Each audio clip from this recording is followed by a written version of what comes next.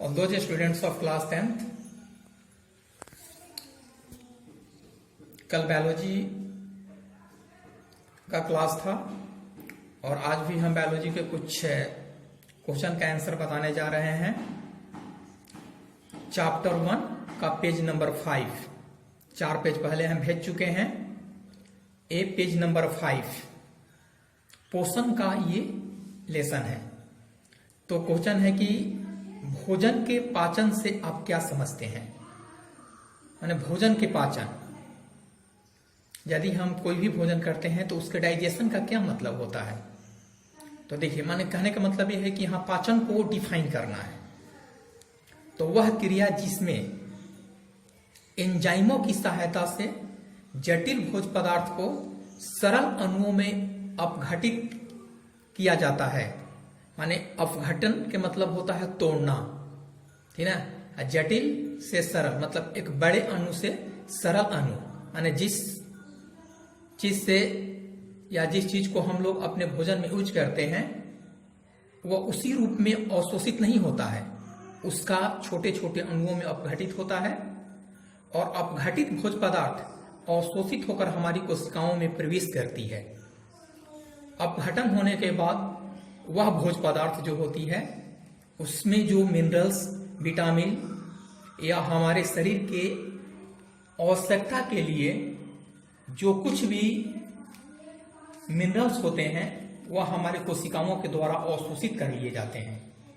तो अपघटन की यह क्रिया पाचन कहलाती है। मतलब कि जो जटिल अणु है जो हम लोग खाते हैं, यदि वह सरल अणु में विभाजित नहीं होती है तो फिर वह कोशिका के द्वारा अवशोषित नहीं हो सकती है। मतलब कि उसका सरल अणु ही कोशिका के द्वारा अवशोषित की जाती है। तो अपघटन मतलब कि जटिल अणु से सरल अणु में तोड़ने की जो प्रक्रिया है वही पाचन कहलाती है। अगला क्वेश्चन है, मनुष्य में छोटी आंत की लंबाई कितनी होती है। छोटी आंत के कितने भाग होते हैं उन्हें लिखे। एक सिंपल सी क्वेश्चन। तो छोटी आंत आहार नाल का सबसे लंबा भाग है। इस भाग में पाचन की क्रिया पूर्ण होती है। माने भोजन में पाचन की जो क्रिया होती है वह छोटी आंत में होती है। बचे हुए भोज्य पदार्थों का अवशोषण होता है। इसकी लंबाई, जो क्वेश्चन पूछ रहा है, इसकी लंबाई लगभग 6 मीटर तथा चौड़ाई 2.5 सेंटीमीटर होती है। छोटी आंत के मुख्य 3 भाग होते हैं। जो क्वेश्चन पूछा हुआ है कि ये कितने भाग होते हैं, तो छोटी आंत के मुख्यतः 3 भाग होते हैं। पहला का नाम है ग्रहणी, दूसरा का नाम है जेजुलम, तीसरा का नाम है इलियम। अगला क्वेश्चन है आपका यकृत, जिसको लीवर कहा जाता है। यकृत शब्द जो होता है, ये शब्द जो है बायोलॉजी का वर्ड्स है जिसे बच्चे नहीं समझ पाते हैं। यदि हम इसके जगह पर यदि हम इसको लीवर कहें तो सबको समझ में आता है कि लीवर, तो ये लीवर कहलाता है। तो इसका 4 कार्य लिखना है और एक तरह से बहुत इंपॉर्टेंट क्वेश्चन में है। तो यकृत के 4 कार्य निम्नलिखित हैं। एक सिंपल है, 4 कार्य लिखना है। पहला है, यह भोजन के पाचन में सहायता करता है। यह भोजन के पाचन में सहायता करता है। दूसरा, यह यूरिया बनने में मदद करता है। तीसरा नंबर है, यह ग्लूकोज का संचयन करता है।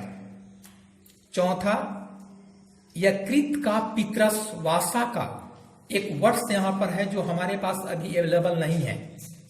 यकृत का पित्रस वासा का करता है, एक वर्ड्स है यहां पर, मेरे पास अभी अवेलेबल नहीं है, ठीक ना।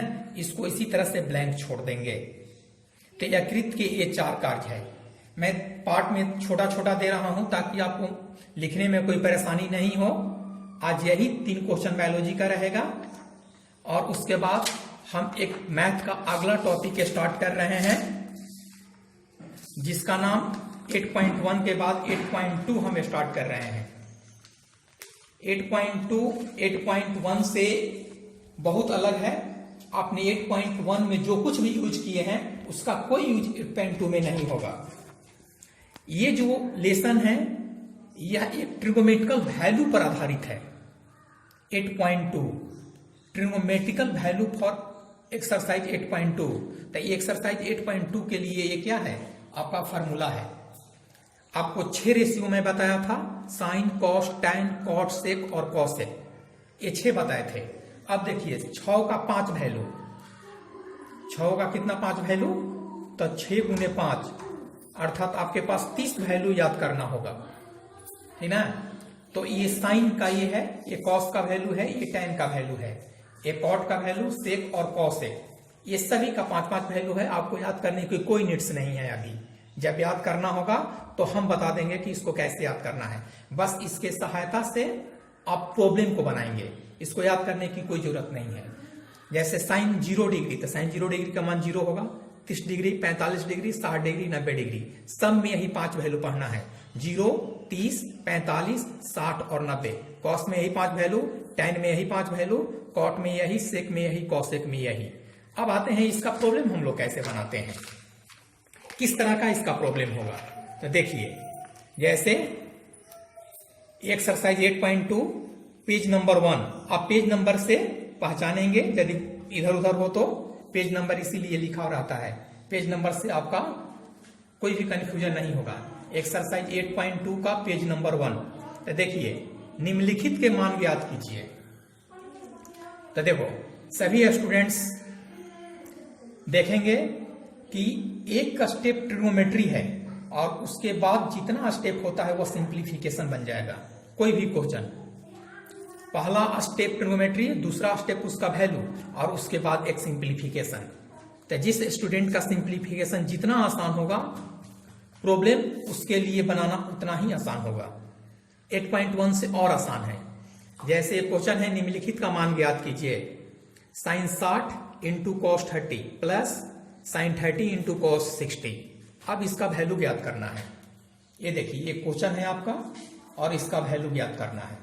अब हम क्या करेंगे, जो साइन जहां है हम यूज करेंगे, इसका वैल्यू हम लिखते जाएंगे। जैसे साइन 60, आप टेबल देखिए, आपको याद नहीं है कि हम √3/2 कहां से लिखेंगे। आपको किसी तरह के कोई कंफ्यूजन की जरूरत नहीं है। अभी मैं एक टेबल बताया था आपको, अभी एक मैं टेबल आप लोग को बताया था। देखिए यहाँ पर ये टेबल है यहाँ पर, तो इसमें देखिए सब दिया हुआ है।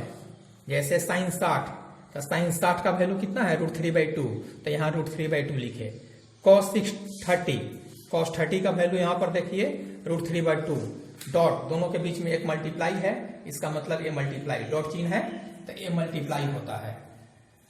तो यहाँ पर हो गया, यहाँ प्लस का साइन है, साइन 30, तो साइन 30 का वैल्यू देखिए यहाँ पर 1/2, तो 1/2 डॉट मल्टीप्लाई कॉस 60, कॉस 60 का वैल्यू आप देखें यहाँ पर 1/2, तो 1/2। आपको इसी तरह से टेबल को देख करके वैल्यू लिख देना है। आपको थोड़ा सा भी नहीं सोचना है कि एक चीज कहां से आया, बस टेबल यूज कीजिए। टेबल याद करने की कोई जरूरत नहीं है। जब टेबल याद करना होगा तो मैं याद करवा दूंगा आसानी से। बहुत ये इजी है याद करना, ये नहीं समझिए कि 30 वैल्यू है। अब इसको सिंप्लीफिकेशन कर देंगे, √3 √9 2 2 4 प्लस 1 × 1 1 2 दूनी 4, √3 का 9 का वर्गमूल 3 3/4 प्लस 1/4, एलसीएम ले लिए 4 3 1 4 4/4 कट के 1 हो गया। तो इस तरह से हम लोग कोई भी क्वेश्चन बनाएंगे तो इसी तरह से, इस तरह का 5 क्वेश्चन आज हम दे रहे हैं। पांचों का सॉल्यूशन है। जैसे दूसरा नंबर क्वेश्चन है 2 tan² 45 cos² 30 - sin² 60, 2 गुने tan² 45 का मान 1 है तो 1 का स्क्वायर है, तो इस वैल्यू पर स्क्वायर कर देंगे। cos 30 का मान √3/3, √3/2 हो गया, स्क्वायर है, इस पर स्क्वायर दे देंगे, बीच का साइन माइनस है। sin² 60, साइन 60 है ये, साइन 60 का वैल्यू √3/2, स्क्वायर है तो इस पर हम स्क्वायर दे देंगे।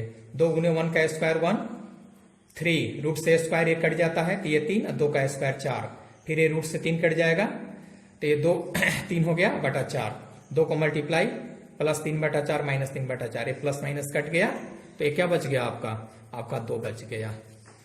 तो इस तरह से वैल्यू पुट करने के बाद सिर्फ एक सिंप्लीफिकेशन है। जैसे क्वेश्चन नंबर 3 आप देखिए यहाँ पर, cos² 45 बटा sec 30 प्लस cosec 30, उसी तरह से हम एक वैल्यू रख दिए, आप टेबल से वैल्यू रख देंगे। उसके बाद ये सिंप्लीफाई, देखिए मेन बटा 4 हो जाता है तो 1/2, ये तीसरा चीज ऊपर चला जाएगा तो ये √3 बटा हो गया 2 प्लस रूट 3, 1 को मल्टीप्लाई कर दिए रूट 3, 2 से इसको मल्टीप्लाई, पहले ब्रैकेट दे दिए, 2 नंबर का मल्टीप्लाई है।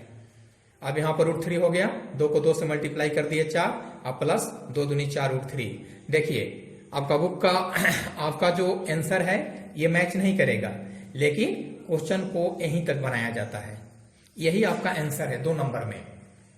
लेकिन आप इसको बुक से आंसर मिलाना चाहिएगा तो एक परिमयकरण है, ठीक ना, आप परिमयकरण है, आप इसके बाद एक पेज छोड़ देंगे, इसके बाद आप एक पेज छोड़ करके अगला क्वेश्चन बनाएंगे ताकि हम इसको बोर्ड वर्क करा सकेंगे जब क्लास खोलेंगे तो, क्योंकि इसके बाद एक लंबा परिमयकरण है जिसको आप नहीं समझ पाएंगे अभी, लेकिन राइट आंसर यही होता है, यहां तक में आंसर आपको मिल जाएगा और नंबर भी मिलेगा। इसी तरह से 2 क्वेश्चन और है आपके पास। क्वेश्चन नंबर 4, ये देखिए क्वेश्चन नंबर 4 है ये देखिए इसी तरह का क्वेश्चन है।